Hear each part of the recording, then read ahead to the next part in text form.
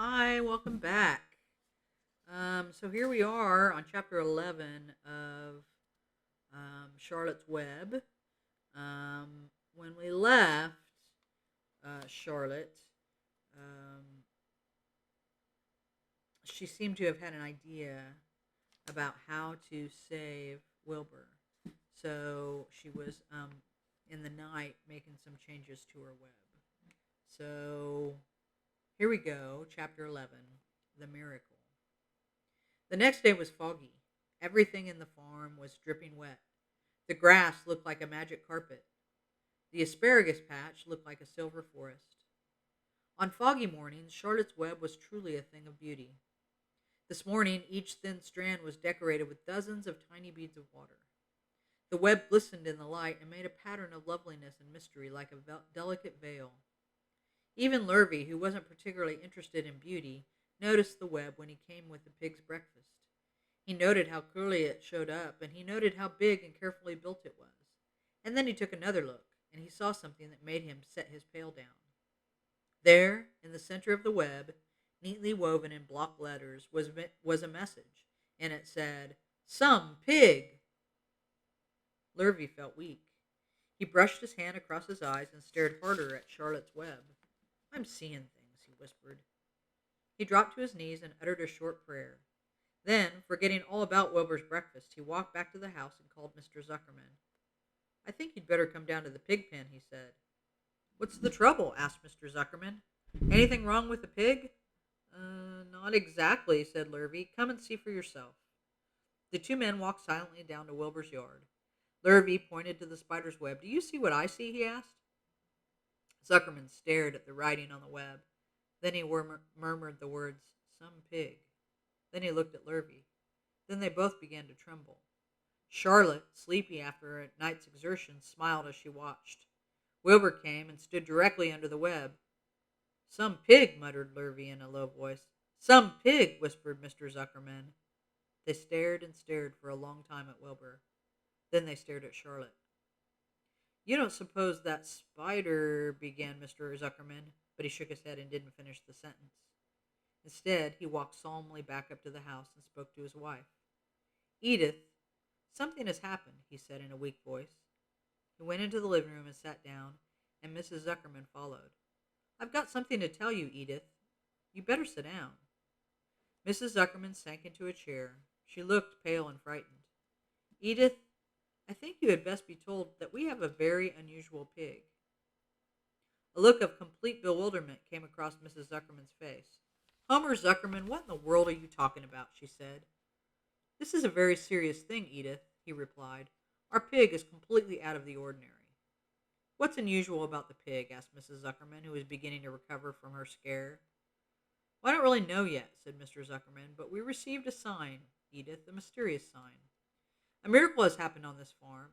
There is a large spider's web in the doorway of the barn cellar, right over the pig pen, and when Lurvy went to feed the pig this morning, he noticed the web because it was foggy. And you know how a spider's web looks very distinct in the fog. And right spank in the middle of the web, there were the words, 'Some pig.' The words were woven right into the web. They were actually part of the web, Edith. I know, because I have been down there and seen them. It says 'Some pig,' just as clear can be. There can be no mistake about it. A miracle has happened, and a sign has occurred here on earth, right on our farm, and we have no ordinary pig." "Well," said Mrs. Zuckerman, "it seems to me you're a little off. It seems to me we have no ordinary spider." "Oh, no," said Zuckerman. "It's the pig that's unusual. It says so right there in the middle of the web." "Maybe so," said Mrs. Zuckerman, "but just the same, I intend to have a look at that spider." "It's just a common gray spider," said Zuckerman. They got up, and together they walked down to Wilbur's yard. "You see, Edith, it's just a common gray spider."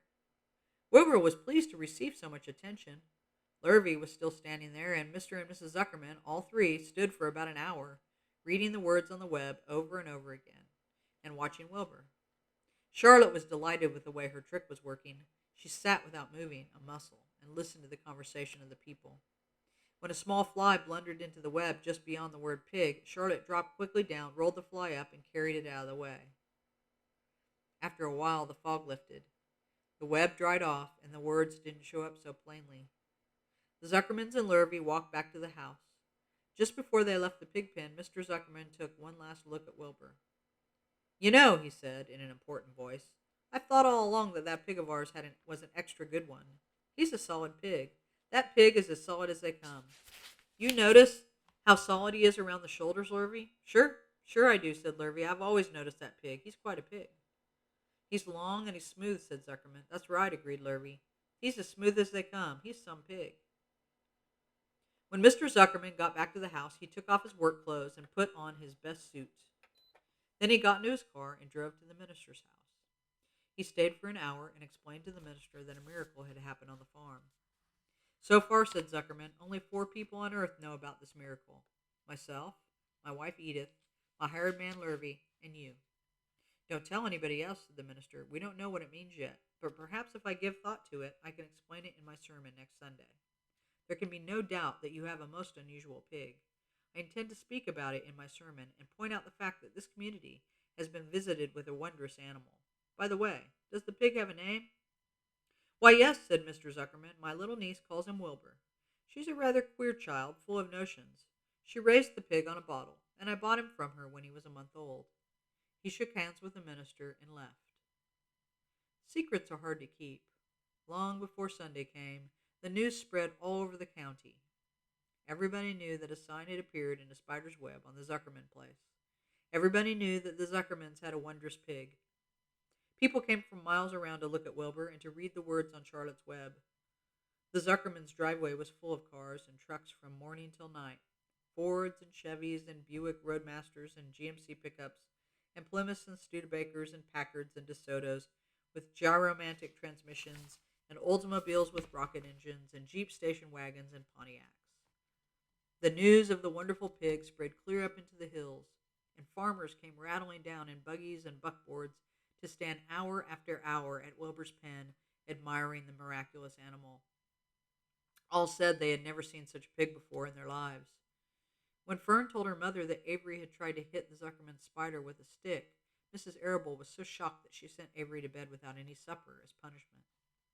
In the days that followed, Mr. Zuckerman was so busy entertaining visitors that he neglected his farm work. He wore his good clothes all the time now, got right into them when he got up in the morning. Mrs. Zuckerman prepared special meals for Wilbur. Lurvy shaved and got a new haircut, and his principal farm duty was to feed the pig while people looked on. Mr. Zuckerman ordered Lurvy to increase Wilbur's feedings from 3 times a day to 4 meals a day. The Zuckermans were so busy with visitors they forgot about other things on the farm. The blackberries got ripe, and Mrs. Zuckerman failed to put up any blackberry jam. The corn needed hoeing, and Lurvy didn't find time to hoe it. On Sunday, the church was full. The minister explained the miracle. He said that the words on the spider's web proved that human beings must always be on the watch for the coming of wonders. All in all, the Zuckerman's pig pen was the center of attention. Fern was happy, for she felt that Charlotte's trick was working and that Wilbur's life would be saved. But she found that the barn was not nearly as pleasant. Too many people. She liked it better when she could be alone with her friends and animals. That's it. That was chapter 11. See you next time.